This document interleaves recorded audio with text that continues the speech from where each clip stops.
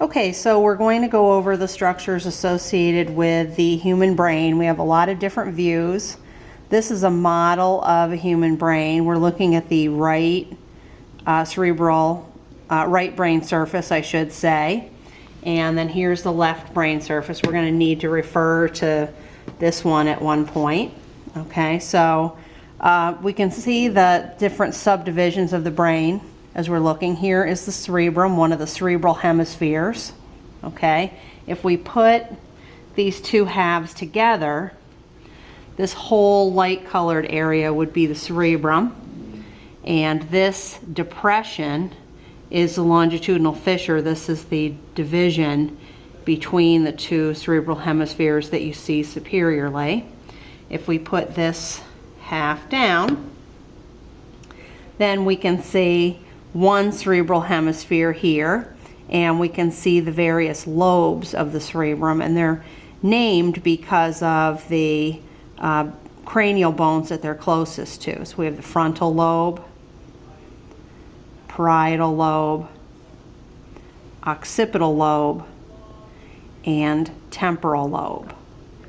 Okay, now you can see that the surface of the cerebrum is not smooth.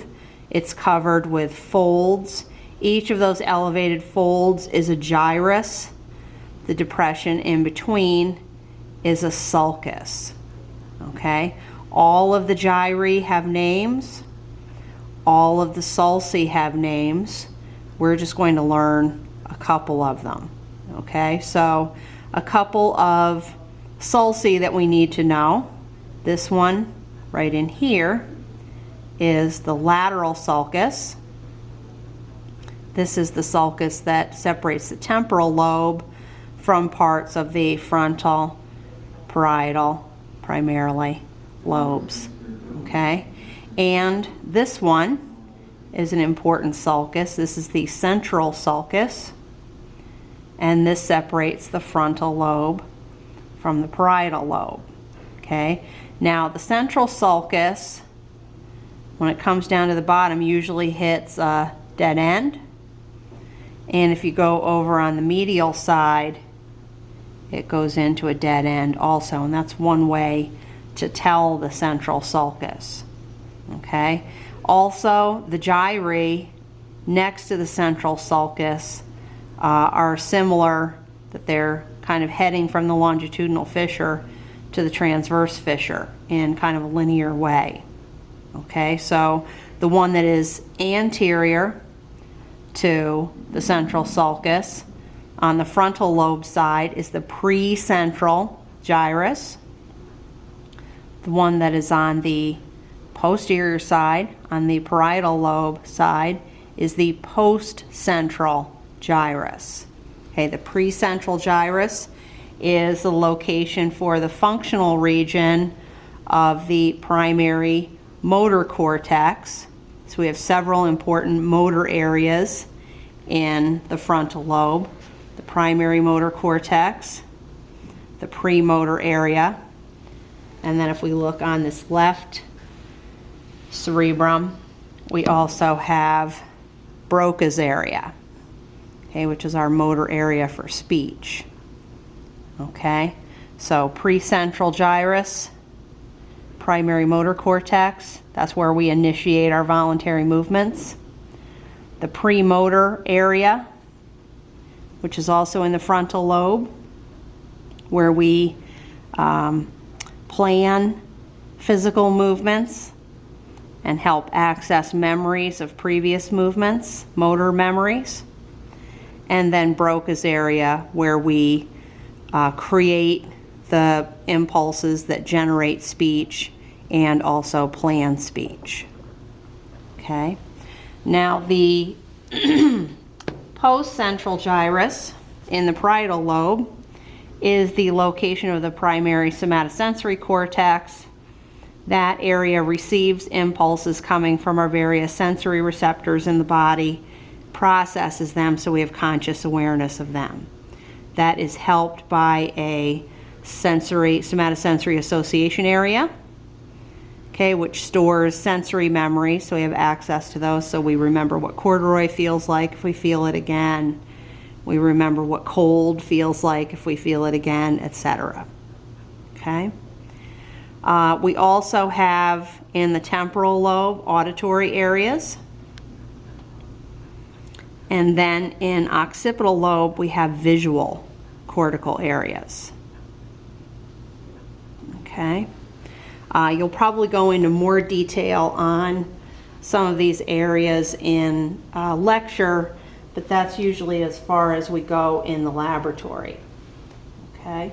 Now, another area that we should talk about is this area up here, which is referred to by a couple of names. The older name is the prefrontal cortex.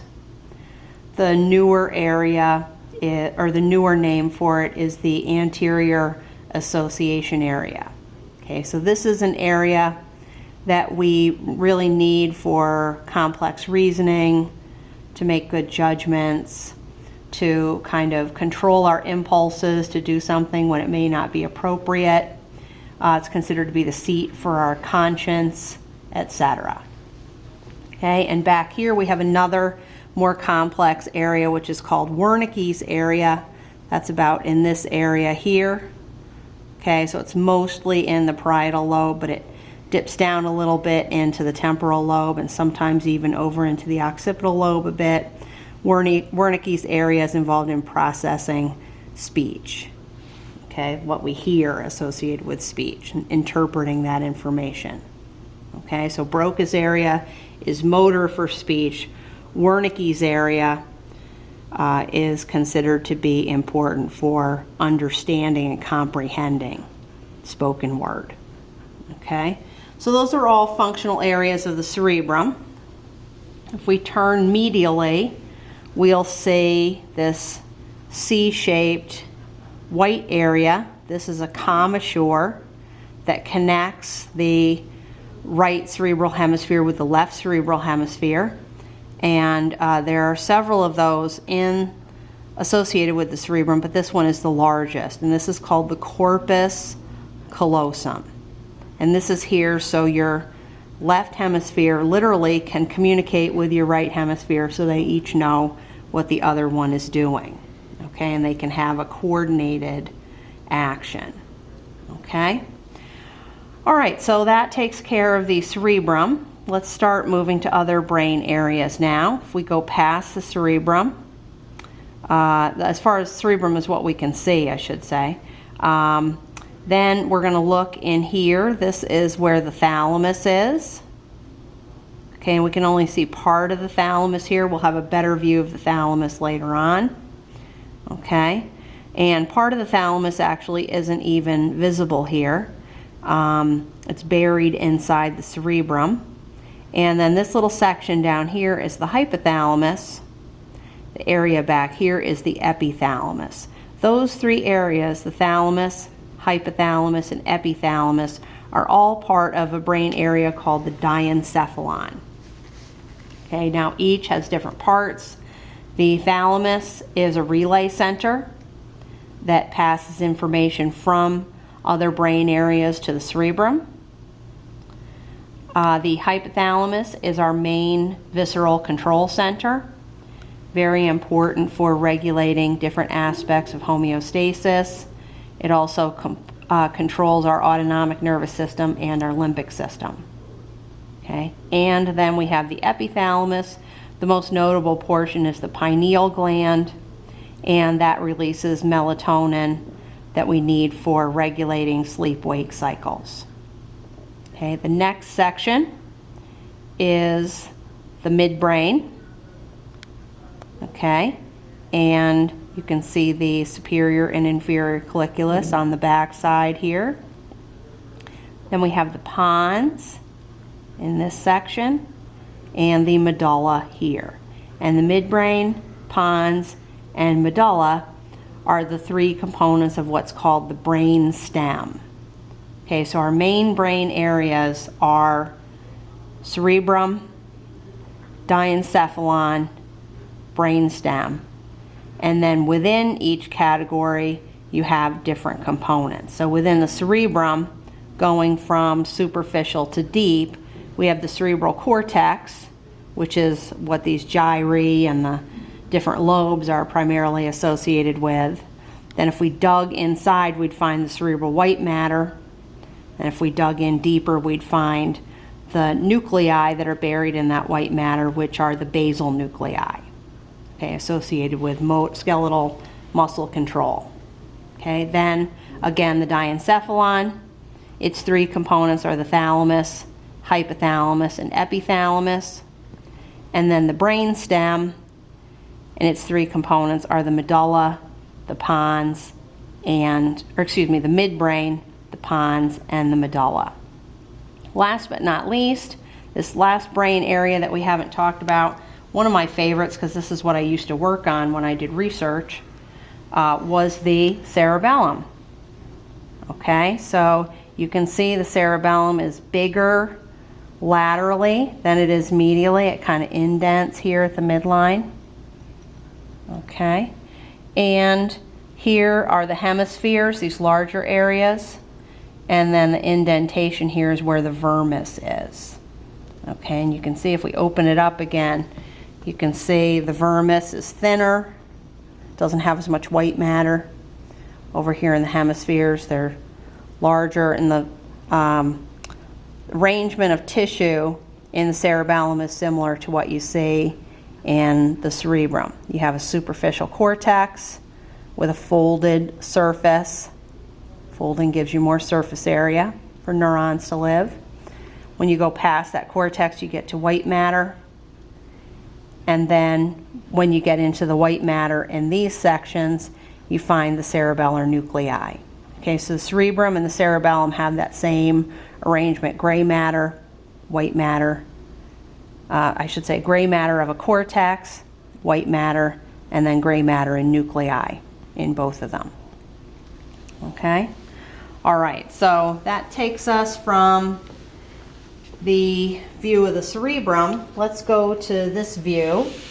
Okay, we're just going to review some of the structures that we looked at again. Okay, and this is the falx cerebri. This is a big extension of the meningeal dura that goes into the longitudinal fissure and supports the cerebral hemispheres. It's actually attached anteriorly to the crista galli of the ethmoid bone. Okay, so we can see some of the medial surface of the frontal lobe here. Here's the corpus callosum again. Okay, here's the diencephalon, thalamus, hypothalamus, epithalamus specifically. The green is the pineal gland. Okay, here's the midbrain, superior colliculus and inferior colliculus. The superior colliculus is important for reflexive actions associated with the eyes, especially if you're turning toward flashing light, etc. The inferior colliculus is important for reflexes involving hearing. So if somebody dropped something behind you and it made a loud noise and you turned reflexively to see what had been dropped, that would be your inferior colliculus that would be helping you with that. Okay, so midbrain, pons with this big egg-shaped portion anteriorly. Here's the cerebellum. Okay, and again, we're looking at the vermis, the more narrow section. You can see some of the hemisphere in the back here. Okay, and then the medulla. And you can see we're right here where the foramen magnum is. So past here, we're going into the spinal cord.